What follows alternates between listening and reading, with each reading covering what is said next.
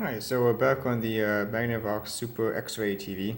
Last time we played with this, we had no color and we had severe vertical issues and severe convergence issues. And I was kind of thinking that the vertical issues and convergence issues must be related because when you put it in service mode, the convergence was fine, like the lines in the middle of the screen all lined up basically perfectly. But as soon as you started the vertical oscillator, the convergence went way out all over the screen. I think if you remember, there were sometimes when the vertical oscillator would cut out for 1 or 2 frames, and you could see how far apart the red, green, and the blue lines were in the middle of the screen. Like I said, it only went out like that when the vertical was running. So I decided to try a few things in the vertical oscillator circuit.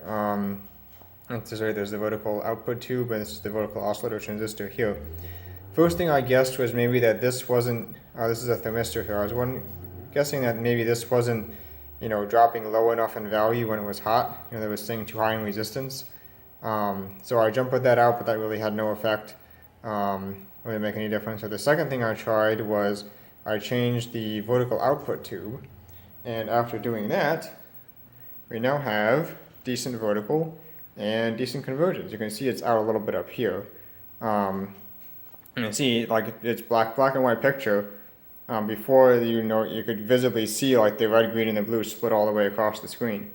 But now, with that tube changed, it's actually functioning. Set this down here.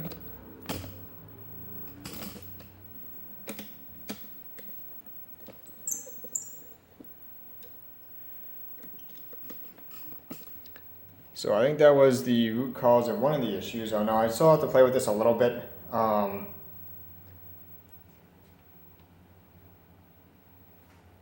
think my linearity isn't quite right yet. Hello, gentlemen. Won't you join us in a glass of lemonade? Thank you very much. But weren't you fellas supposed to be cleaning up around here? We are, Mo. Look. So we still have no color. You can play with the fine tuning a little bit, and it kind of almost wants to come in there, but you can see how it's flashing. I wonder if there's something up with the vertical oscillator being, and it just goes out there, but it's only at the very end of the tuning range there. So we almost have color, but this, of course the camera's not showing a single thing. There we go.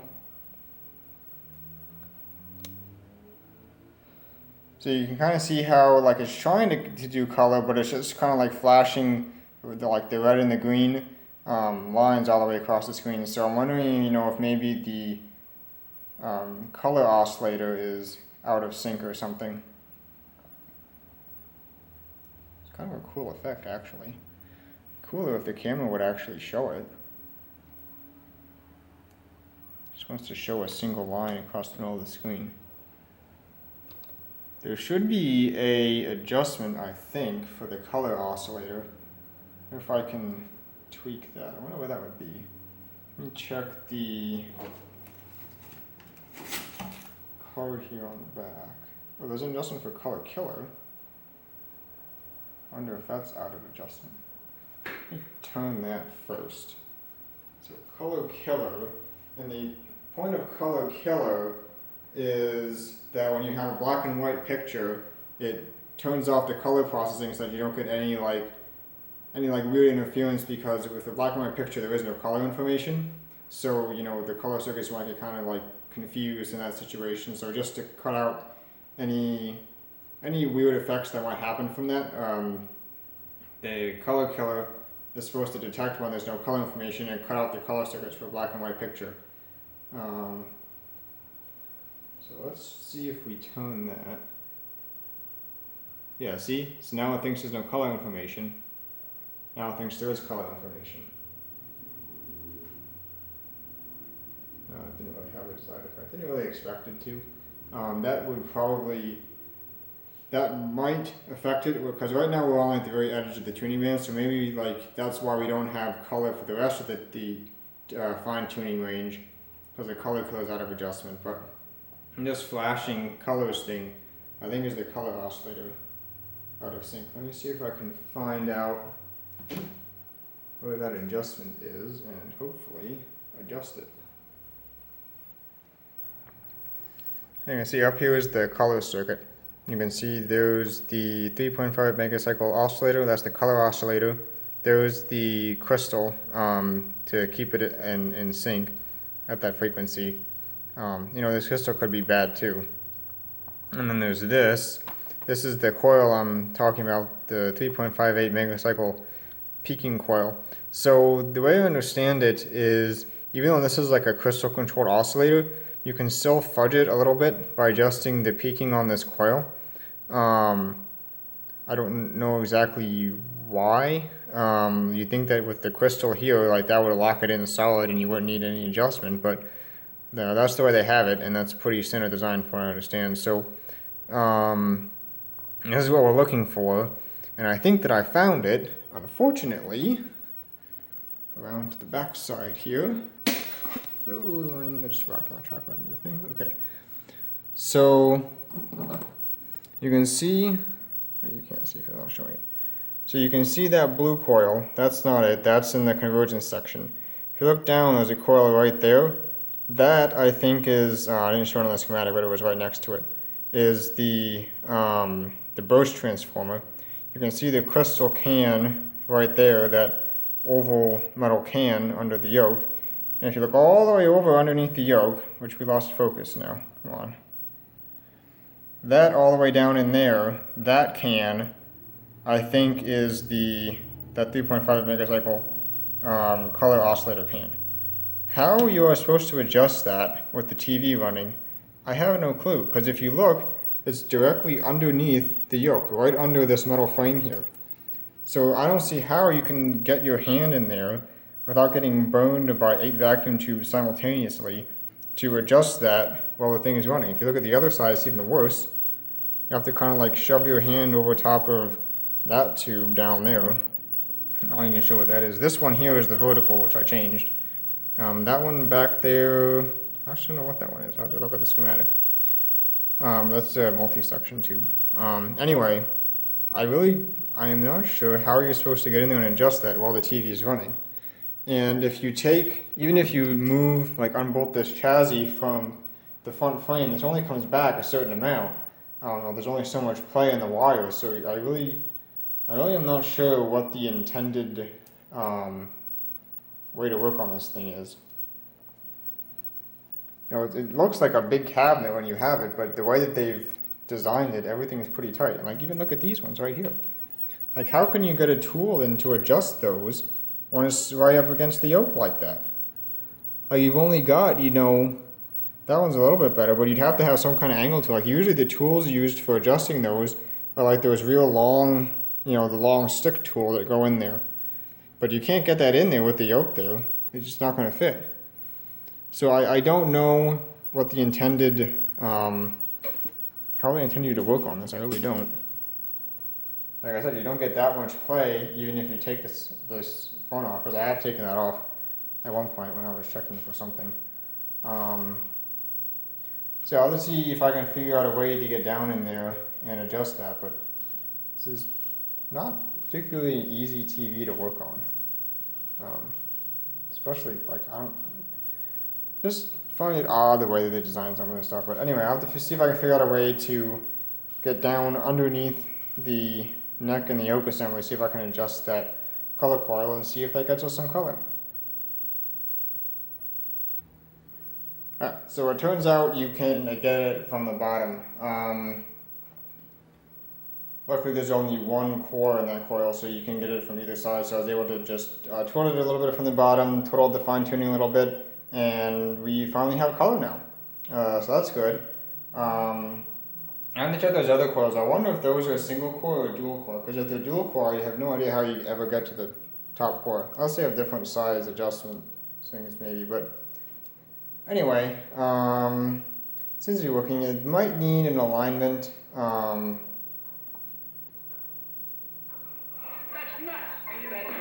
The audio isn't that clear. And there's like a double peak, so if you turn the fine tuning all the way the other way, that's, you kind of get like the bar pulling, the rainbow thing that we had. If you turn it the other way, it'll lock into this and have, the audio is not that clear. So this probably needs an alignment. I don't have the equipment to do that properly. I'll have to see if I can find some equipment to properly align this. But yeah, it is working and it does have color. So definitely much better than we started out with. I can flip this down.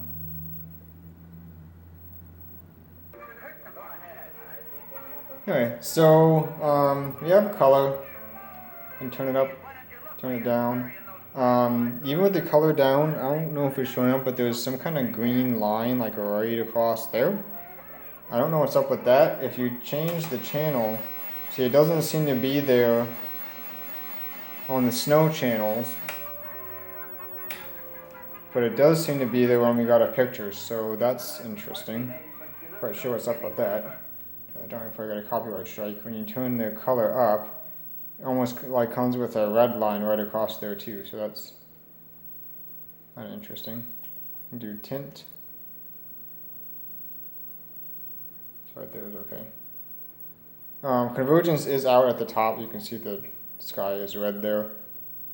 Not sure if this would be convergence being out or not, because like I said, if you turn it the color down, you only get a faint green line. And on snow, like I can't really, I don't see anything here. And it's kind of hard to tell without like a stable picture. It might not be as obvious, but so I don't think it's an issue like with the drive, like the natural state of the TV. I think it's an issue with like the picture decoding or something. So I'll have to look into that. This color control is also kind of dirty. Well, yeah, definitely a lot better than what we started with. That's showing up in the camera, yeah. So yeah, convergence is out at the top here a little bit. Bottom looks okay. Like his face there looked kind of green, that green line going across. So it's kind of weird. I'm gonna look into that some more. Yeah, so far I'm pretty satisfied with this.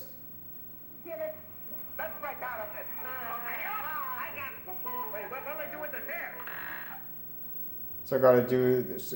Definitely need an alignment. Like it's really not watchable with the sound. Sounds really not great. Focus isn't great either. I might play around with the focus adjustment. This either has ground 280 or 560 volts for focus. Right now it's set to ground.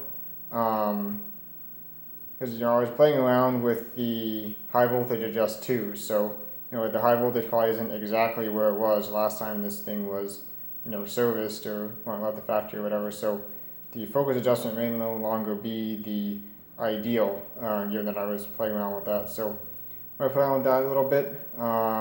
Definitely got to figure out this weird color bar there. It's kind of interesting. Yeah, so far I'm pretty satisfied with where we've come.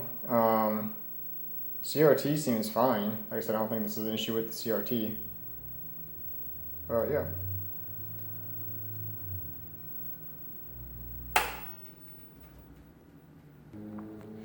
So a couple of things I wanted to address here.